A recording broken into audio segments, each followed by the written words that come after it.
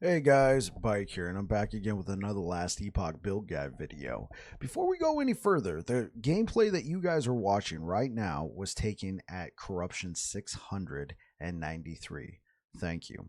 So, this is a build guide update that I wanted to put out there for you guys. I am still working on this build. It is not finished, but I am close. I think one thing that led to me making this an update and not a full-on build guide is there's still a couple different options that I want to try out with the build, as well as a good portion of the experience with this build was done leveling, and I haven't done as much in game. I'm very satisfied with the corruption pushing right now, being at 693. I feel like I can eke a little bit more performance out. I also want to try a couple different options. I think I'm going to be sticking with the Black Blade of Chaos weapon. That is what I use for Cycle 1.1. If you guys remember, that was a very popular video that I put out in Cycle 1.1, the Black Blade Rive. Do you want to be a samurai, right? So we're going for the same vibes here. It is an excellent build, as you can see right here. It has a lot of movement speed. You're able to just cleave through enemies. The attack speed is insane, and the damage scaling is very high. What they've done with this build in terms of just damage, I think is very good. I really appreciate that I don't have to constantly be having to use volatile reversal like the old times. To be taking down some of these bosses, I can just hold down the button and get a lot of damage out of it. I think this is a very good setup. I'm very impressed with what they've done, but like I said, I wanted to try out a couple different things. So since they reworked volatile reversal, it's an ability I myself personally wasn't feeling. I wasn't really enjoying the ability that much, so I was like, well, what are we gonna do now, right? I used volatile reversal extensively in my Cycle 1.1 guide, so I was like, hey, let's try out something that I don't really have to give a lot of brain power to, something that just kind of activates on its own. So for me, it was okay. Are we going to be doing investing points into Paladin and getting Sigils of Hope, or are we going to be checking out Devouring Orb? I've opted for Devouring Orb, and I feel like it's a good addition to the build. It adds additional hits that help us proc more armor shred, more whatever. I'm not really using it for damage, and I think it has some nice to haves in there. It helps with the leech. It is void damage. We're leeching void damage right now. I think there's a bunch of nice to haves in this with this ability, as well as global void damage increases. I really vibe with that one. So let's get into some bosses here. This being me and the way I do things, this is the Black Sun timeline. Here we have Void Chicken, aka Raye, and he has a lot of damage. Like, he can absolutely hurt us, but we're tanky enough. There's so much damage reduction, and there's so much damage reduction in the Void Knight tree now. It's I'm not going to say it's absurd. It's nice. This is something we've been calling for a long time. Being able to take a hit and not just crumple into a pile on the ground. So we're able to cleave through Void Chicken here and make our way through him. He does a lot of damage. Next, we have the Harbinger. He, in my opinion, at least, doesn't do as much damage as Void Chicken does, but he has a lot more health. So it's just a bit longer of a fight, but eventually we can get through it. And then this is regular Aberoth. This is not Uber Aberoth. I haven't attempted Uber Aberoth yet. Yeah, this is regular Aberoth. He's a bit of a fight as well. Not too worried. They toned down his damage plus all the damage reduction that's in the tree now. We're able to take a few good solid hits and survive the fight and get through them. I'm very satisfied with the build so far, but like I said, I want to go over a few more options, and I will cover that in this update video. So with all that being said, if you're enjoying what you're seeing right now, possibly leave a like, possibly subscribe if you appreciate the content that I am putting out, and let's go ahead and jump into the video. Let's go. Hey guys, here we are in game. So let's go ahead and go over a brief overview, if you will.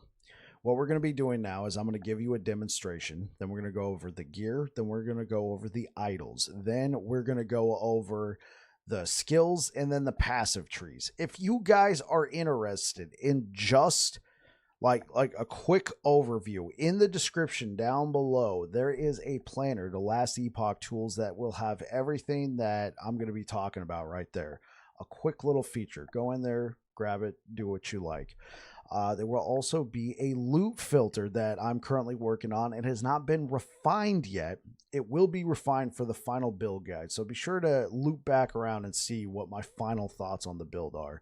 So let's go ahead, get into the game, show you guys the demonstration, and then get into the gear. Okay, quick demonstration. This is going to be a little, you know, we're using the devouring orb with the auto cast, right? So here we are. We're moving through. Here's the enemies. Void cleave in, attack, attack, drop an anomaly, attack, attack, void cleave out, reposition if we need to. And then if it looks like they're about to do a big attack, boom, we're going to use our evade to fear the enemy real quick, and then just let them have it. Keep using anomaly until the enemy is dead. And then we move on to the next pack, right? We attack, we attack, we attack. Go in like that, use anomaly as needed, reposition with void cleave. So let's go over all the gear right now to give you an idea of how I was able to make all of that happen. All right, starting with the helmet. I am using a Leonines. You want vitality on the helmet. I need a better one. I definitely need a better one, but you're looking for T7 vitality, and then grab yourself some health. On your prefixes, you're looking for strength. Armor and critical reduced bonus damage taken from critical strikes are not bad, but I would probably go double health, and then on your prefixes, T7 vitality, strength. Moving on, Black Blade of Chaos. I use this in cycle 1.1. This was a favorite of mine. It gives the whole samurai vibes because it's an Odachi base. There's a lot of different things that you're going to be looking for on this weapon. This weapon is pretty loaded. All right, it's got 70 melee damage base, and then we got the melee critical strike multiplier. It's a big range, 100 to 170. You obviously want as close to 170 as possible. You then also want it with at least 1 LP so you can slam it with T7 melee void damage. And then there's a lot of ranges on this. If you can get a good dexterity roll and a good roll on your void pin per 5 dexterity, that's going to do a lot for you. Also, the melee void damage, very nice. You want that to try and get up there as high as possible. The melee lightning damage, though we don't necessarily scale the lightning damage that much, it's still melee damage. It's still added melee damage. Highly recommend that you try and get high rolls on both, but value the melee void damage more. Chance to shock, it's whatever. It's nice. It helps us stun the enemies a little bit more. If you didn't know, shock is a condition, stacks up to 10 times. It helps reduce the stun resistance on an enemy, so you can get some nice, fat, juicy stuns. At least at the lower ends of the corruption, but once you start getting higher and they have more health, you're not going to be stunning as much. And then chance to inflict time rot. This is a very nice one. We're not really scaling the time rot a ton, but it's a nice to have for sure. Titan Heart, I got a couple different options here. So we got Titan Heart with just a lot of health. We got Titan Heart with just, you know, added +4 to Rive. I settled on Vitality and then a tier 5 Rive. Obviously, if you can make this a double tier 7, that would be even better. But I'm going for T7 Vitality and then Rive. If you can make it T7 Rive and Vitality, go for it. I don't know if I would go for T7 Rive and T5 Vitality. You want as much Vitality as possible. We are playing Void Knight. So Void Knight, if you didn't know, let's make sure you guys can see that. Yes, you gain 1% more melee void damage per 3 vitality. On top of it, we also have this node, Eternal Form. We gain extra health per vitality, so we scale really well with vitality all around. So right now I'm at 70. The goal here is to get to 90. Now, I'm not going to sacrifice too much to get to 90, but if you have 90 vitality while Devouring Orb is active, instead of that 10% more void damage, that becomes a 20% more void damage while it's active. So I think, you know, if you can get to 90 with this build, you're doing pretty well. All right, that is the Titan Heart. Let's move on to the belt, Shattered Chains. Now, there's a new belt in the game. I've covered it a little bit right here.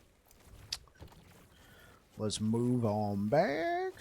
So, Shattered Chains, hold up. We'll give the Devouring Orb a second. I'm trying not to move, right, with the Devouring Orb. Actually, that's a little bit better. I think we're done. I think we're done showcasing it. So, Shattered Chains. This is going to be your best in slot. The reason why, it gives you a lot of armor. It gives you flat melee void damage. It gives you increased melee damage.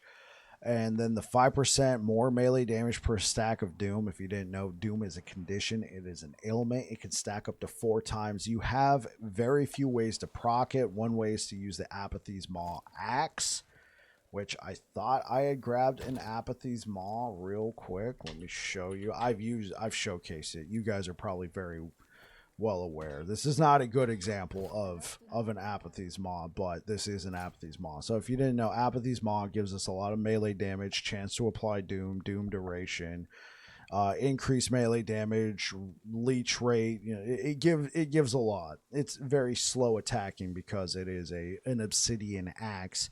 But nonetheless, this is one way to apply Doom. Another way is a Siphon of Anguish. Now, with Apathy's Maw, you have a 100% chance to proc Doom on hit. With Siphon of Anguish, you have a range of 10 to 30. I got, somewhere in the middle, about 17%.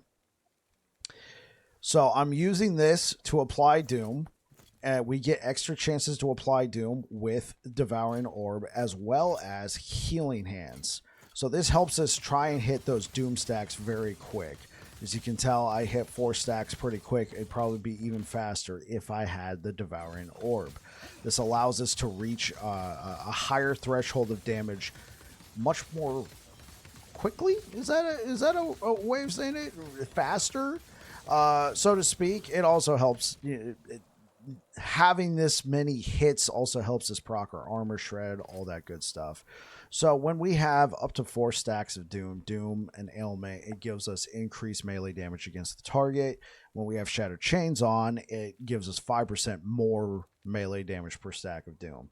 So 5 times 4, that is a 20% more damage multiplier. Shattered Chains is very powerful, best in slot. But let's talk about Brewmaster's Buckle for a second. It gives us 165 armor versus up to 65 on Shattered Chains. I got very lucky with this one.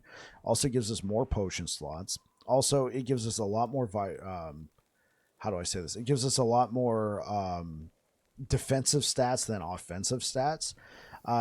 Gives us another, potentially 4 potion slots, up to 20% endurance, which we don't really need for this current version of the build, but maybe later.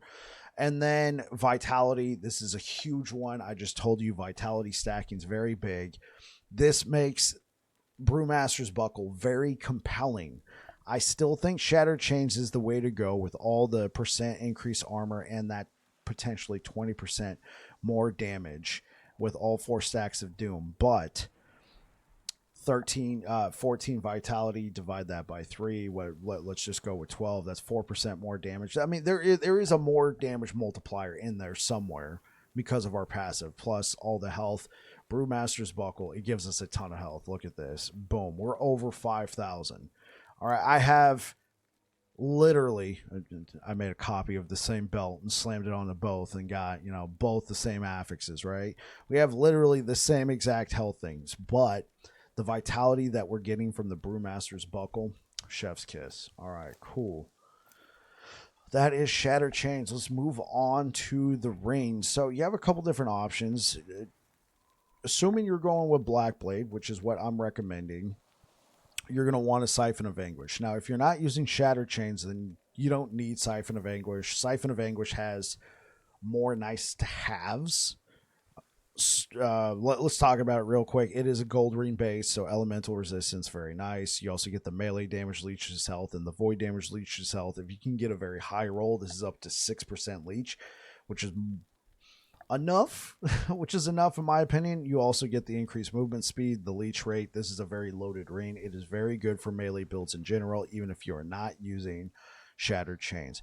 Okay, that is Siphon of Anguish. Let's talk about this rain right here. What I'm trying to find a balance on is trying to get the increased critical strike chance on both rains. I failed this one. I got Void. Well, I didn't exactly fail. For any of you who are watching, I was trying to get double health and void damage.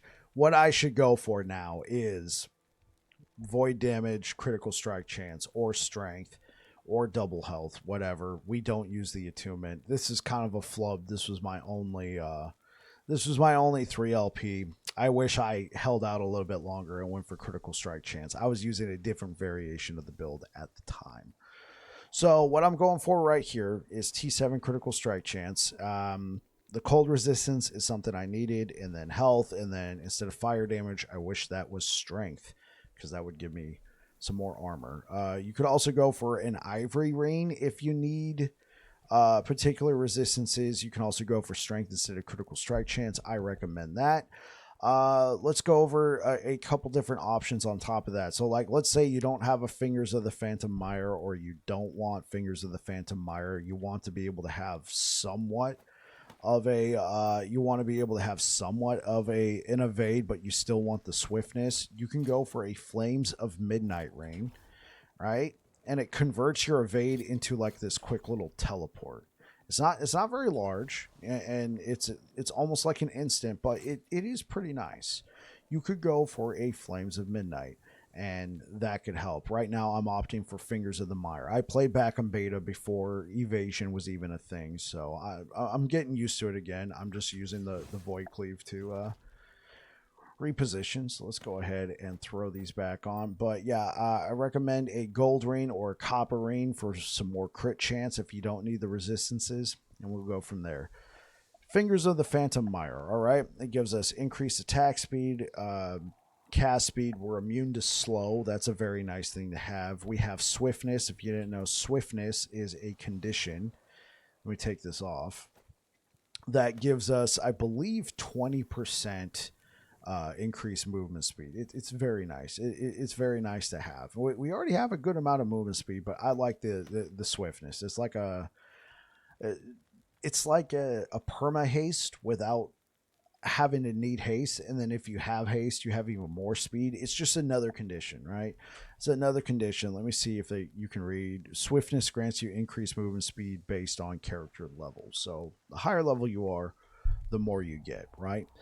So what it does is it replaces your evade with Terrify. So what Terrify does is it terrifies the enemy. All enemies hit by that get terrified. It gives us a form of instant use crowd control.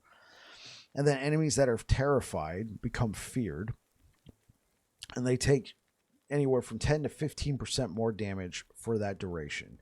Now, I noticed against bosses, this works once. And then after that, no more. So you got to save that for that big hit that you're about to take. Or if you can burst down the boss super fast, you can use this and it can help. I find this more useful for mapping. Now, if you don't like any of this swiftness, anything that I pointed out, you just want to use a pair of gloves, you got a couple different options, in my opinion. You got Eternal Gauntlets. Armor mitigation is very nice. I really like these. These might end up being best in slot over something like Phantom Mire. This is nice for mapping, but this is probably going to be better for in-game pushing. Like getting into the late in-game, like 1,000 corruption plus, I'm probably going to end up going with Eternal Gauntlet. So I would want very similar stats here. Health, armor shred, critical strike chance, melee attack speed. I would be going for that. But I think the best in slot, assuming you can get 3 LP plus, would be Falcon Fist.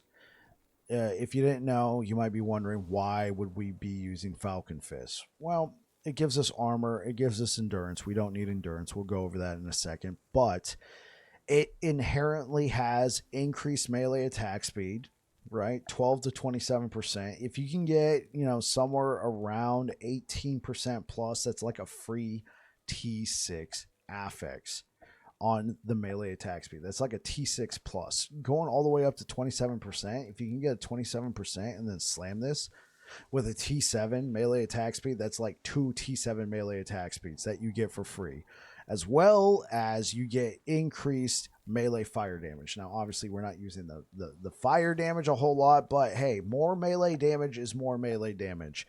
And I'm all here for it. So let's just go for that. I think Falcon Fist 3 LP would be best. I would prioritize health, melee attack speed, and chance to shred armor if you had a 3 LP Falcon Fist. If you had a 4 LP, have fun. Have fun. Okay, moving on to Dark Stride. So this is very nice. Dark Strides are just very good for void, melee void damage builds in general. It gives us extra melee void damage. It gives us increased move speed. I was able to get max on the move speed, so I was able to get 20% increased move speed on the implicit and the prefix that you get for free. You know, you have a range of 8 to 10 on 2 separate occasions. I got 10% on each, so 20% increased movement speed. Slammed it with a max 30% increased movement speed, plus 1 charge for Void Cleave, very nice. Increased melee damage, and then you gain, there's no range on this, 0.2% increased movement speed per 5 added melee void damage. Right, so let's take this off. Boom, taking this off, we lost like 30% movement speed because we get so, well, it's not exactly 30%. You guys know what I mean, though. Since there is so much added melee void damage on this sword, we're able to get a lot. Same thing, especially if you're using like an Apathy's Maw, right? Apathy's Maw has a huge amount of melee void damage, up to 120. And then you could slam it with even more. Like, yeah, like a lot of big gains here, depending on whatever melee damage you're going with. For me, the plus 1 charge for Void Cleave is very nice. If you don't want to use something like Dark Strides, let's go over some other options. I think for me, the option I would probably be going for is something like the Inevitable, right? You have 100% slow and chill immunity.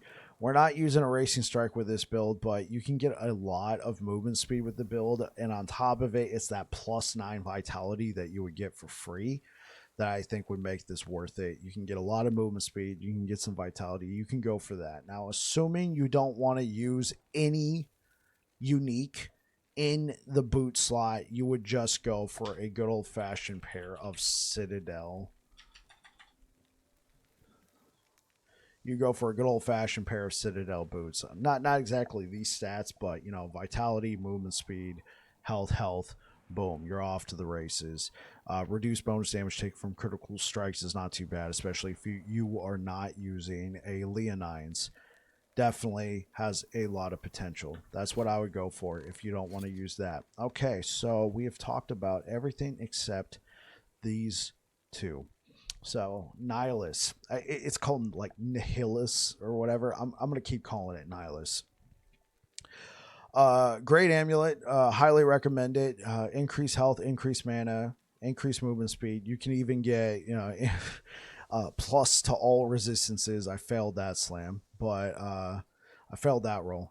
But other than that, plus 2 to all skills. You slam this with critical strike multiplier. I think that's very nice. 4 seconds of frenzy after you evade, right? So it still works even if we have replaced our evade. You walk up to the enemy, you slap that down, boom, we gain the frenzy bonus, get a whole bunch of attack speed. It is very nice. The plus 2 to all skills is what I was really aiming for, but also that 11% increased health, potentially up to 12.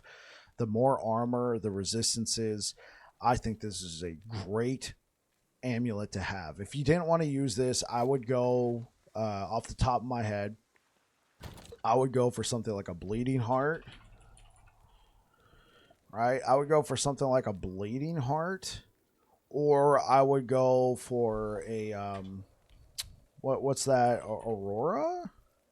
The Aurora's Time Glass could be another possibility. That 18% attack speed could be very nice. Slam this with critical strike multiplier as well. Or if you don't want to use any unique, you can go for an Oracle Amulet for that less damage taken, less damage over time taken. All right, cool.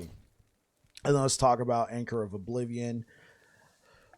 In my opinion, best in slot unless you're using Shattered Worlds, which is a drop from Uber Aberoth. So I'm not really going to entertain Shattered Worlds right now, I'm pretty sure everybody can go out there and try and, at least in some fashion, have a lot better chance at getting an Anchor of Oblivion over a Shattered World. So that's the one I'm going to focus on right here.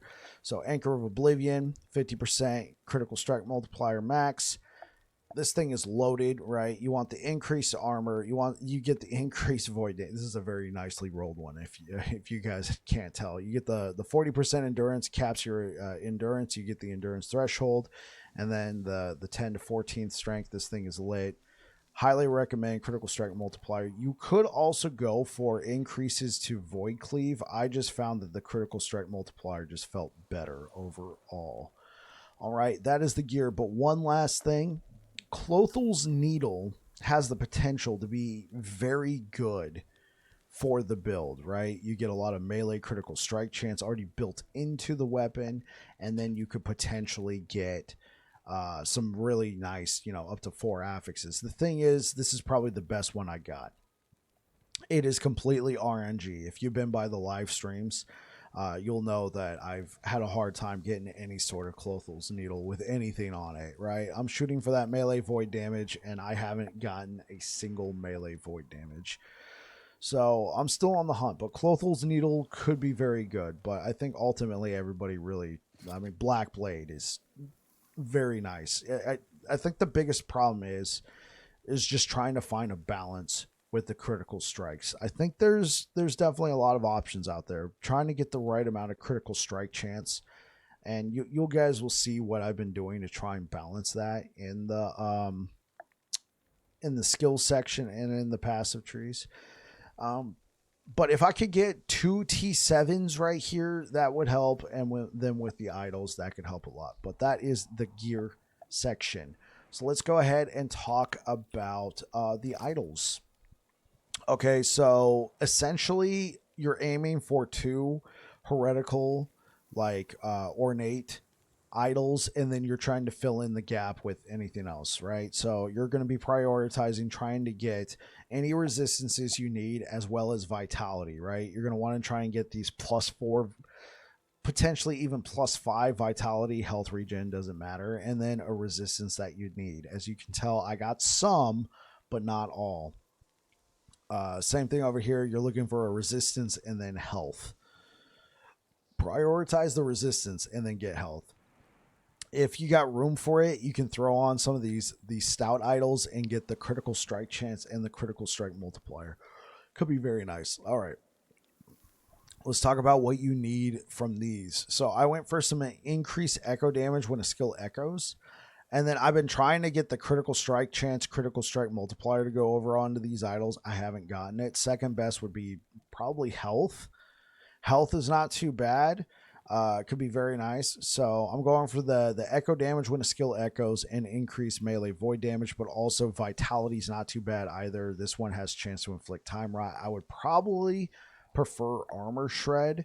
If you can get enough armor shred on your idols, you probably wouldn't need it on your gloves, but just trying to make it work. My idols are not the greatest. So vitality, increase echo damage. If I was super close to this 90 vitality, I would probably even give up this increased echo damage when a skill echoes for another 7 vitality. I would have to try it out, but otherwise I'm going for increased echo damage when a skill echoes and then just 1 vitality idol. There we go. Let's go ahead and talk about the blessings real quick.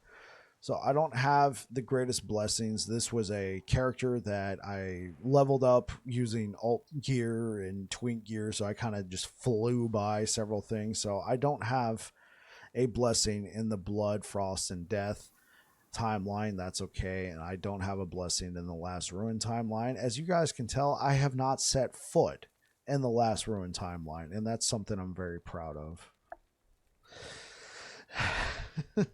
Okay, so let's talk about some blessings that you would want. Highly recommend the experience blessing, especially for a character that is still being leveled.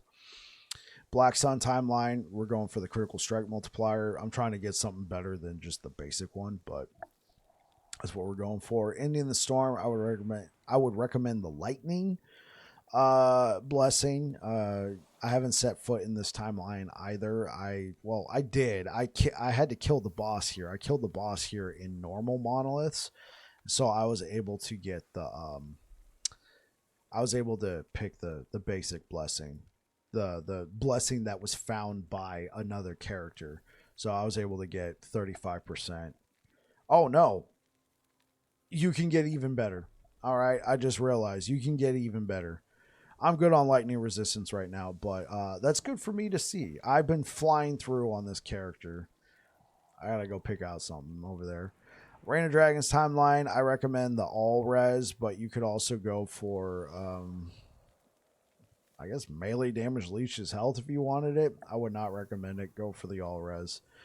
Or you could do critical strike avoidance if you want those two. If you go the critical strike avoidance route, you're going to have to find critical strike avoidance on your idols or on your gear.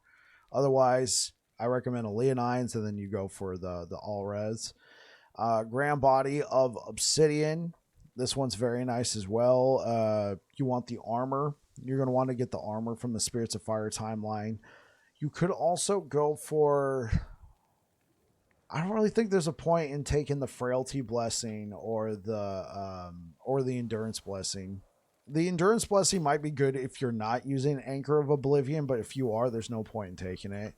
Plus, they've given us some really good uniques for finding endurance elsewhere. So I think armor is just best in slot right here. And then you got the Age of Winter increased armor. If you wanted to, you could use... Going back to the boots here, I guess I kind of forgot about this. I guess I forgot about mentioning Solaron Step. You could go for Solaron Step with the increased movement speed, but you're going to take a massive physical resistance penalty, right? I wouldn't use Solarons unless I had that max 104. I mean, me personally, I would be shooting for that max 104 and then slam it with movement speed. And if you do that, pick up the physical resistance blessing in this timeline. That could be a good possibility for you. Oh, okay, that is the blessings. Let's go ahead and talk about the skills. So obviously we are using Rive. We have 24 points. We got +2 points from Titanheart and +2 points from Nihilus. So what I recommend, if you are using Black Blade and you don't want to have a ton of critical strike investment, I highly recommend putting 3 points into concentration, 1 point into focus strike. You have a double crit chance on your third strike hits, and it gives you a good amount of critical strike chance with Rive. Your first and second hits do not crit, but your third hit is a double crit chance. So this becomes a 12 per... I don't know how that works. I don't know if they double the base crit or just, whatever your crit would have been for that, whatever your crit chance in general, taking into account all of your critical strike chance. Do they double that, or do they double just your base critical strike chance? I'm not sure. I feel like it's the latter. They're doubling like whatever your critical strike chance would have been in that moment, with all bonuses taken into account. I think they doubled that because I do get a lot of crits with the third hit. So I think this is a good one to have if you don't want to have a massive amount of investment. Now, going back to Clothel's Needle.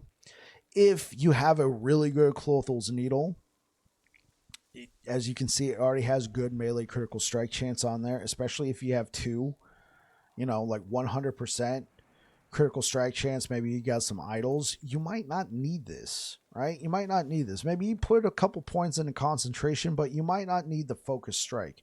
If that's the case, you can put it into attack speed. You could also try and come down here and grab the savagery, more hit damage versus ignited enemies. This could be a good amount of damage for you, but since I want the critical strike chance, I'm going right here. We come up here, we grab brutality. Since we're already focusing on the third strike being a nice good hit, I'm taking the third strike damage here. If you're not taking the crit damage, the third strike's always going to do a good amount of damage, but I could see a world where maybe you don't put points here or points here, and maybe you come down here and try and grab this, as all of your hits would benefit from having would be benefiting if they're all critting. This would benefit all hits. Could go for that. You can get some ignite chance here and here as a result. And then very importantly, you're going to want to come up here. You're going to want to grab Temporal Warrior, try and put some points into Ripples of Oblivion for that bonus damage increase. Also, whatever this damage is, 20%, 25%, whatever it is tripled for echoes. So that's why having good echo chance is very important for this build. Foe Cleaver is a very good one to have. You get the effect of damage stats on two-handed weapons. It is doubled, 100%. Excellent choice. Also, effective ailment chance stats on two-handed weapons. So our time rot is doubled, that sort of thing. It's very nice. Scrap metal, this converts. So if you didn't know, bound weapon right here. When you attack an enemy or kill an enemy, you have a chance to summon a forged weapon. Well, when you take scrap metal, you lose that chance, but you gain more damage and armor with scrap metal. Yeah, Rive, very good. Recommend this setup. If you had extra points and maybe you still wanted to keep the same crit, you can put it into like attack speed, or, you know, try and edit your points just enough to come down here and grab some of this good stuff on that side of the tree. Let's move on to Devouring Orb. I haven't really messed around with this too much, so I'm currently using it to apply Slow Chance and Void Res. We're also going for the Void Adept. Big note, in my opinion, grabbing extra charges. Devouring Orb orbits you, highly recommended. And then Abyssal Rush, while moving, we auto cast Devouring Orb. This is very fundamental to the setup of the build. It's supposed to be a set it and forget it style ability. And then whenever Abyssal Rush triggers, we have a chance to only consume a portion of the mana cost and cooldown reduction. And this is to increase some of the hit damage. Personally, I didn't like Distant Satellite. I just felt like the Devouring Orb was too far out of the radius, and whenever I moved in close to attack an enemy with Rive, it was just kind of sailing about, unless it was a big boss, but I felt like I wasn't getting as many hits, so I didn't take Distant Satellite. And then going up here, I grabbed this. Rending Maw might not be the best choice, but I just wanted to get some Void Res Shred without constantly having to use Anomaly. This might be the way to go. It might not. I'm still experimenting with it. I haven't messed around with the new Devouring Orb that much, so I'm giving it a look-see. Void Cleave, so what I've done here is I've gone for the crits, but I've also gone for the extra charges so I can move around. So we can get some good damage from Void Cleave, but it is not like the star of the show like I've done with many builds in the past. If you want, you could take some points out of Champion of the Void. It's nice to gain a little extra mana gain on crit. It does have some nice crits in here. What's really nice about it is this is good for bigger bosses, applying that critical strike vulnerability, plus 3 stacks. I think that's a very nice to have.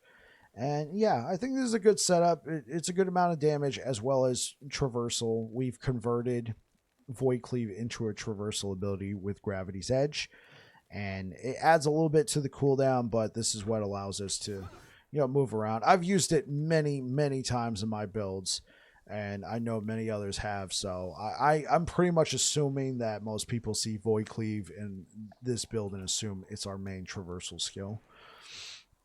Healing Hands, this helps with our sustain as well as providing another hit. We've converted it into another melee hit, so this helps apply anything that would be a melee, that would proc on melee hit. So it gives us a little bit of leech with that melee damage. Leech's health, we're not really using it for damage. We're mostly using it to apply extra hits and for the healing that it provides. Obviously, we take that penalty right there.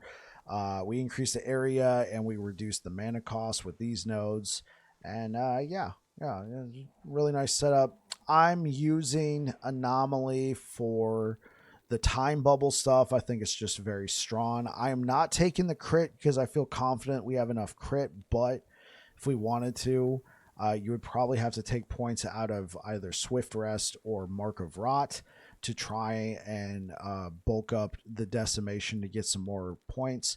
Ultimately, though, I think Mark of Rot is just way too strong. It's just way too strong to ignore. Now that Volatile Reversal has been reworked and it just doesn't give you as much damage, just be able to walk up to an enemy, right? You have to put your mouse over an enemy. I don't know how this would work for controller, but you got to be able to put your mouse over the enemy because you cast the spell. You hit them right there, they've now been hit.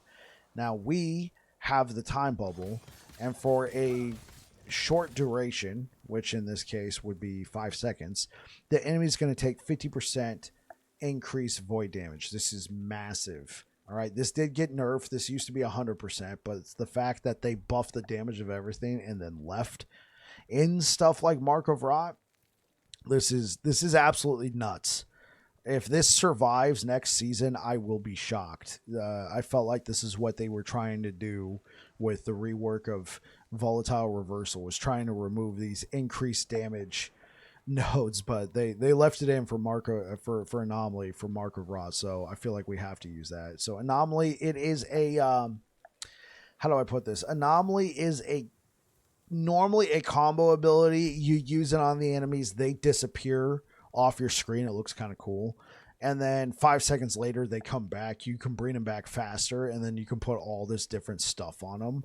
When they come back, you can put all this different, whatever that's going to happen. They disappear, and then they come back. You can even, time lock them up. Personally, I feel like I and many others, we just do away with the combo. It's just whatever effect would have happened when they came back, they don't get blapped into the future and then come back. It just, whatever effect would immediately happen to them. And during this time, I feel like I and many others also take the time bubble. It gives us a nice buff. It kind of looks like the whole little Halo bubble shield. And yeah, Mark of Rot. When enemies return to the we've removed the combo, so it instantly just happens for 5 seconds. They're going to take 50% increased void damage. Very powerful, very powerful. Let's go over the passive tree. So here I've prioritized getting the vitality. So what I recommend is 6, 8, 5, and 5. We want the Valiant Charge because that cooldown recovery applies to Void Cleave now that Void Cleave is a movement skill. So really want this. 1 point in time and faith, I think, is more than enough to take care of our mana needs. And then 5 points into Blade Master for that 30% attack speed increase. This is where if you've decided you don't want to go with Black Blade of Chaos and you want to use something like Apathies, 100% right there with you, understand. I would probably not take Weapons Master. I don't think the bleed chance with an axe is very good. I would invest these 5 points somewhere else. So for us, though, putting 5 points here, we get the 5 strength, very nice, as well as increased melee attack speed with sword, 10%. That is very nice for a 5-point dip. Highly recommend. 5 points into Paladin for the Defiance. All right, this gives us Healing Hands, the most important thing, but also gives us some attunement, some elemental resistance, as well as the endurance threshold per 2% uncapped elemental resistance. So a little extra endurance threshold right there. Let's talk about the Void Knight tree. I'm getting enough sustain from Siphon of Anguish here. This is my only source of sustain, that I am not taking any nodes in World Eater or Devouring Blade or Unending Hunger. If I was not using Siphon of Anguish, I would have to put points down here. But because I don't have to put points there. So 5 points into Abyssal Endurance for the endurance threshold and physical resistance. 5 points into Sorrow and Steel for the armor, as well as the area with melee. The area with melee area skills, absolutely huge. Automatic 5-point investment. 5 points into Void Corruption. This just used to be 1, whatever. But hey, it gives us a chance to get some increased critical strike chance. Dark Maw, increased health, chance to absorb health on kill. I put 6 points here. I think I'm going to ultimately just end up taking this 1 point out, putting it over here. But like I said, this is a build update. So 5 points is just fine. 5 points into Woe for that physical pin, Void pin, as well as Frailty chance, Slow chance. 5 points into Singular Purpose. We deal more void damage as well as damage taken from slowed enemies and damage taken from time rotting enemies minus. Very nice. So yeah, Echoing Strikes, Echo Chance, and Time Rot Chance. Time Rot Chance on Echo. I put all points into here, and you might be wondering why. Why am I doing this?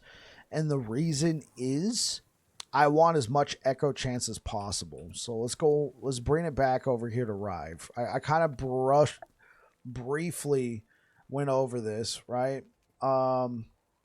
We have double Echo Chance when we take Temporal Warrior. So when we convert Temporal Warrior, when we convert Rive over to Void damage, it's now completely Void damage. Our Echo Chance is doubled. So if you didn't know, we get 10%. Can you guys see that? Yes. We get 10% chance for our abilities to be repeated by an Echo 0.5 seconds later.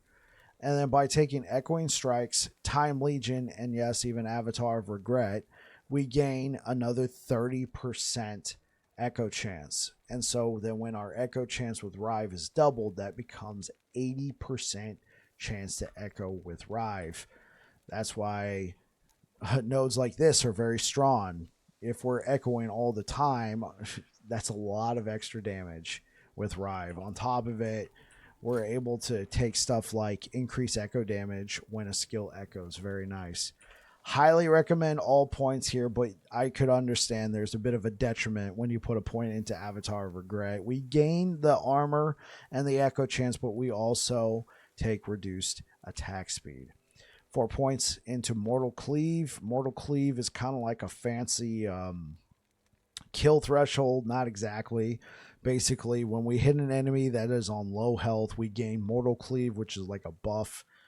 If I'm understanding that correctly, you gain Mortal Cleave when you hit an enemy that is below health. Mortal Cleave grants you more hit damage for 8 seconds, so it's kind of like a fancy kill threshold buff. Basically, we gain 10% more damage with the Mortal Cleave buff when we hit an enemy that is on low health. Also, it gives us base critical strike chance. This is huge, much appreciated. And then I'm putting the rest of my points into Abyssal Fluctuation. As to where I would put the rest of my points, we could put some points into Doom Knight. Void Corruption might not be too bad.